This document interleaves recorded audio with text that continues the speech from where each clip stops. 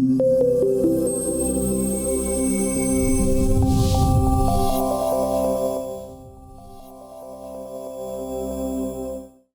please give a big, warm, enthusiastic AGC welcome to Daenerys Lewis! Thank you. He is so funny. I like that. All right, let me get my clicker on. Again, like you said, my name is Daenerys Lewis, motivational speaker, author, activist, a man of many titles. As you guys go through the presentation, you'll learn a little bit more about me. One thing, obviously, I survived the summer 2013 with $1.78. How did I do that? Well, I'll get there. Hold on. And I work with vulnerable adults. So one of my big passions is working with the vulnerable community. I've been a PCA for 3 years. Overnight, 10 p.m. to 8 a.m. I just got off work at 8 a.m. this morning, and here we are today. So, thank you. So grab your shovel and start digging. What seed are you planting? So I'll take it back to 2011 when I graduated high school, a little bit young, Graduated high school, went to 3 colleges in 3 years, Iowa Central, Sierra Nevada College in Lake Tahoe, and then ultimately St. Cloud State. I went to Iowa.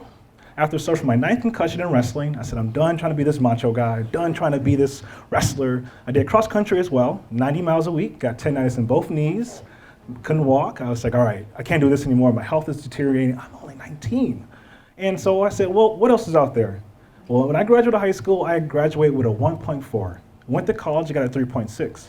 What was the thing that was different? Well, my focus. So when I started to focus on my education and where education can take me, I had more opportunities. So I went out west to Lake Tahoe, paddleboarding, snowboarding, kayaking, things obviously I can't do. I can't swim, but I pretended like I could.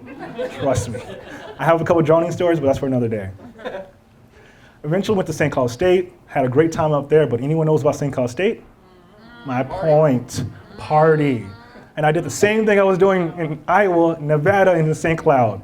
So instead of using my student refund checks to buy books, I said, well, I'm an entrepreneur. So I took my student refund check and I hired a company overseas to create my first iPhone app when I was 19 called Zombie Doodle.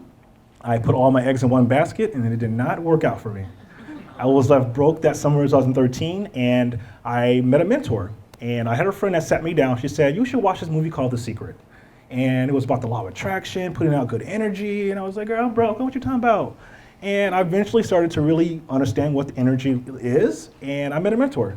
And she said, Daenerys, if you had anything you want to do in your life, what would it be? I said, make money, meet people, and do what I love.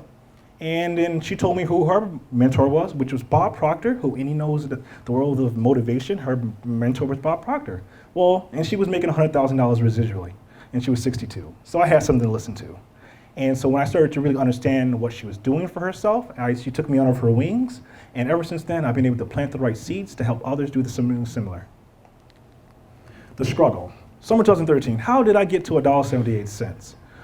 Well, putting all my eggs in one basket when I was 19, trying to launch this app business did not work out for me. I started working a lot of odd jobs, cleaning college houses, working at Best Buy Mobile, and my budget a month for food was $10. I would spend $4 on 2 bags of chicken nuggets from Walmart and the remaining 5 on some potatoes. I would make homemade fries, and that was my living situation. I was living off my friends' couches, just telling them, hey, I have this big dream, I'm positive, and everyone trusted me in that sense because, again, I have nothing else to do. So I did my best to plant my right seeds and surround myself with those like-minded people. And when I was going through that struggle, the struggle didn't even, fathom. It kept happening and kept happening. And so I fast forward to 2016, I picked myself up, I started to speak, started getting traveling, and the same month I got fired from my job. It was the same month I got dumped. It was the same month that I had to file a Chapter 7 bankruptcy.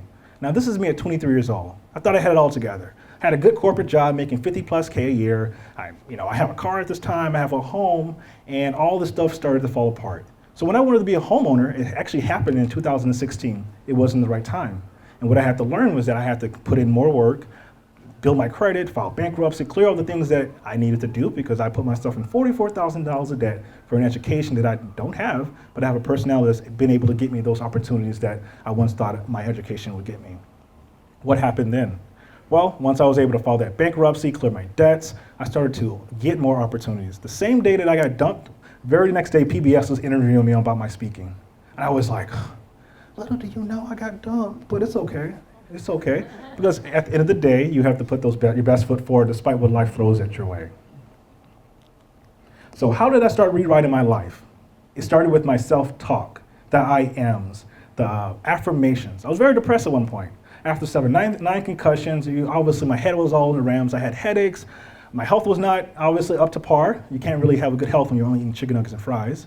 And what changed? Well, it was who I was surrounding myself with. So when I was at 19, I went to that Chambers of Commerce, and I was very insecure. I'm the only person of color. I'm young.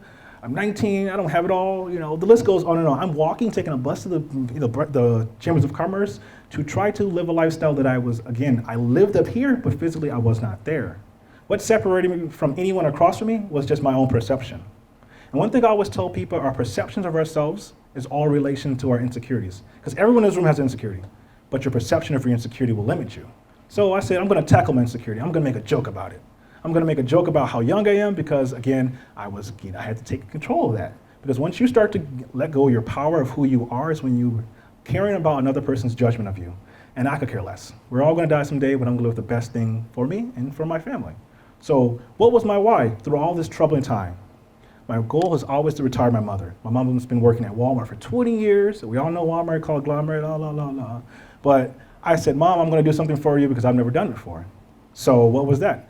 My goal was to always be in real estate. So I thought speaking was going to get me there. I thought all the books I was going to sell was going to get me there. But in reality, it was me just being consistent behind a W-2 job. And I'm a big entrepreneur. I have all these videos. Oh, I can't live, you can't work a 9 to 5 and all that other stuff. And one time I went for an interview and for my good corporate job, they said, well, we watched your video on YouTube. You can't work a 9 to 5 job. This is a 9 to 5 job. What do you say for yourself? And I'm suave. I said, you know what? Well, sir, that was when I was younger. I've taken back by the core values of this company, the work culture, and I really will fit in with this group. And they had a ping pong table, so I kind of worked out. Moral of the story, you have to fake it till you make it. You have to finesse your way into an opportunity because we're always looking for opportunities in our life. We just don't know how we're going to get it at that present time. Self-talk. The world views you how you view yourself. So what is the self-conversation that you're having with yourself? Sometimes we wake up, we're tired, we're groggy, it's snowing outside. I'm from Memphis, Tennessee. I do not like the snow, but I'm making the best of it. I have no family in Minnesota. I'm the only one here, but what separates me from my family that chose to leave? They weren't willing to stick through it. Every opportunity that I've been blessed to be a part of was simply with me surrounding myself with those like-minded people, putting my best foot forward, and again, being positive. We all can wake up being negative, stumping our toe, not enough money in our bank account, ugly, we have a little, love handles, whatever, love yourself. And that's one thing I always tell people because no one's gonna love you until you start loving yourself first. And one thing I started to learn was, well, how can I be a speaker if I don't know how to speak? I used to have 9 concussions. I used to stutter a lot. What stopped me from stuttering was me overcoming my insecurity. I was just shake up here, people, I promise you. I'm no different than anyone in this room. The difference is the choices that I choose to make and who I choose to surround myself with. So I'm very grateful to be here. This is a part of the speech, obviously. And I say all that because we came here for the same thing, to meet people, meet common ground, make friends, business, la. But who we are when we enter the room is how we're gonna be known. So always carry yourself with the integrity that you choose to carry yourself with, because people are always going to be remembering you how you were introduced. So my self-talk, what do I do every day? My partner would say this, I'm crazy. I seriously, for the past 5 years, I wake up every day with affirmations, I meditate, I go to bed with meditation, I drive in a car with meditation. We don't use music because music can influence us. If you're not using positive lyrics, you're typically going to be manipulated for things that, again, don't necessarily reflect your values. So I suggest to anyone in the world, in this room, watch what goes into your mind, because if you don't watch what goes into your mind, you will ultimately start to mimic the habits that you don't honestly, consciously are aware of. Law of attraction, your mind is a magnet. Plant the right seeds. The energy you give off, you shall attract. How did I get these opportunities in my life? I started being more positive. I started putting more positive videos out there, and I simply wanted to do something different than I currently was living in. I was very grateful in October to get the invite to speak out in Long Beach, California with the billionaire founder of Priceline. Very humbling experience, really cool opportunity, but how did I get that? I asked the world, I wanted to learn more opportunities. I started to believe in the opportunities that were going to come my way, even though I didn't see it, and then they ultimately manifested. We have to have faith. The best thing you can do in your life is have faith in who you are and always bet on yourself. When you don't bet on yourself, it's because you're putting yourself down before and expecting someone else to do it with you. That's not the case. When you're around certain people who don't necessarily reflect your values, again, you start to energetically and intuitionally feel that you're different. And I felt different in the last 90 days ago. I'm on day 95. I chose to clear my circle. No longer hanging out with people who don't mimic my future, my present, and no longer the people who surround me from my past. What was holding me back? I realized that my surroundings, even though I'm doing these things, I'm planting these seeds, not everyone is doing something similar. When you start to compare yourself to others, you pass judgment. I can't judge a soul because all our stories in this room is different. So when I started to really understand that, I started to stand by that, and I've been more happy. Inner happiness is the one thing that we struggle with, everyone in this room, whether it's how we dress, blah, blah, blah, the list can go on. But who you are inside is how you reflect to others. So carry yourself with a better positive attitude and surround yourself with those people who will also do the best for you. Law of attraction. I was blessed. I had a fun project with my partner, and my goal was to have a Tesla. And how did I wanted to have a Tesla? I attracted it. A guy slid in my DMs and said, hey, we saw you share my post on a Tesla. You can take a free Tesla out for 24 hours. And at that time, I had a $500 car. My point, it was quite fun. And I cried because I was at a time in my life, I was still planting a seed, wanted to put myself in a position, and I wasn't really there. And the humbling experience behind all this is that, again, I became friends with this person and no different than anyone in this room. It just started with a conversation and a friendly Facebook post. In 2017, I got this chance to speak at the state capitol on generational poverty, overcoming homelessness, and I partnered with the organization 15 Now, helping raise the minimum wage in Minneapolis and also St. Paul. We successfully did that. And thank you, see? What is planted must grow. Once you start to plant the seeds and surround yourself with those like-minded people, opportunities start to manifest. So I was blessed to start a couple projects. I have a documentary called #Pose for the Cop, changing the narrative between minorities and community. Been working with the Brooklyn Center Police Department for 5 years, hiring cops, being a part of the hiring panel. I had the opportunity to speak with Philadelphia Castile's mother and introduce them, for those who know that name. Brian Stevenson had opportunity to interview him about the criminal justice.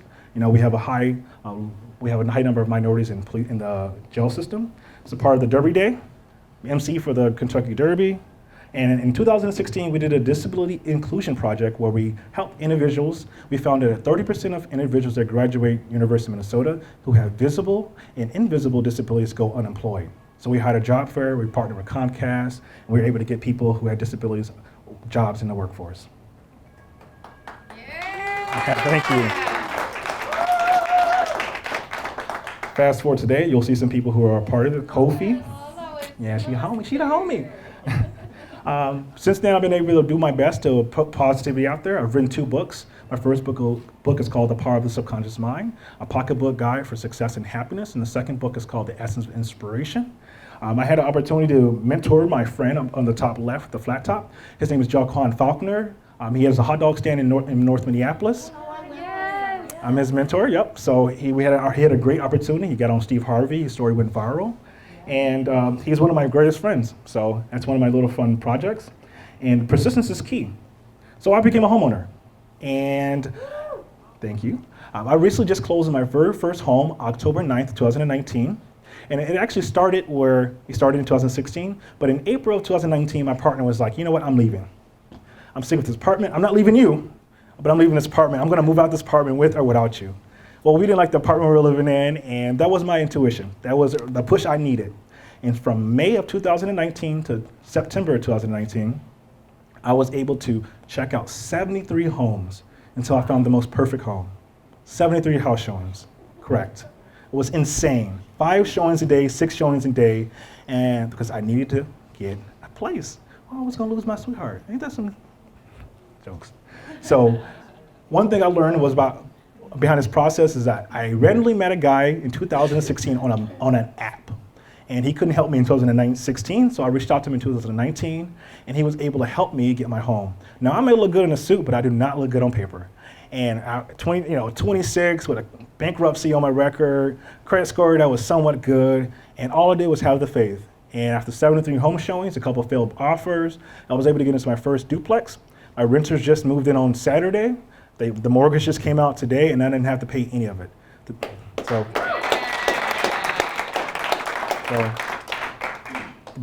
the big picture behind that is my goal is always to put myself or put my family in a position where we can live generation to generation. Generational wealth is passed through real estate. So I'm 26 now. I'm at the stage right now. I'm releasing a couple of books. And my goal is to continue to dive into real estate. So my next goal is an apartment building and going more into commercial, whether it's whatever that looks like. I'm still young. I'm still looking to plant those right seeds. And I'm simply, and obviously trying to have some cats, some dogs. We're looking to foster pretty soon. She gave me the look, so I was like, all right. We're looking to foster some dogs pretty soon. And I'm soon, hopefully, looking to get married and be that cool person. I didn't grow up with a dad, so I'm looking to be the best father I can be. And I'm really grateful to be here at AGC. This is my first time. And I'm looking forward to everyone afterwards as well. So thank you.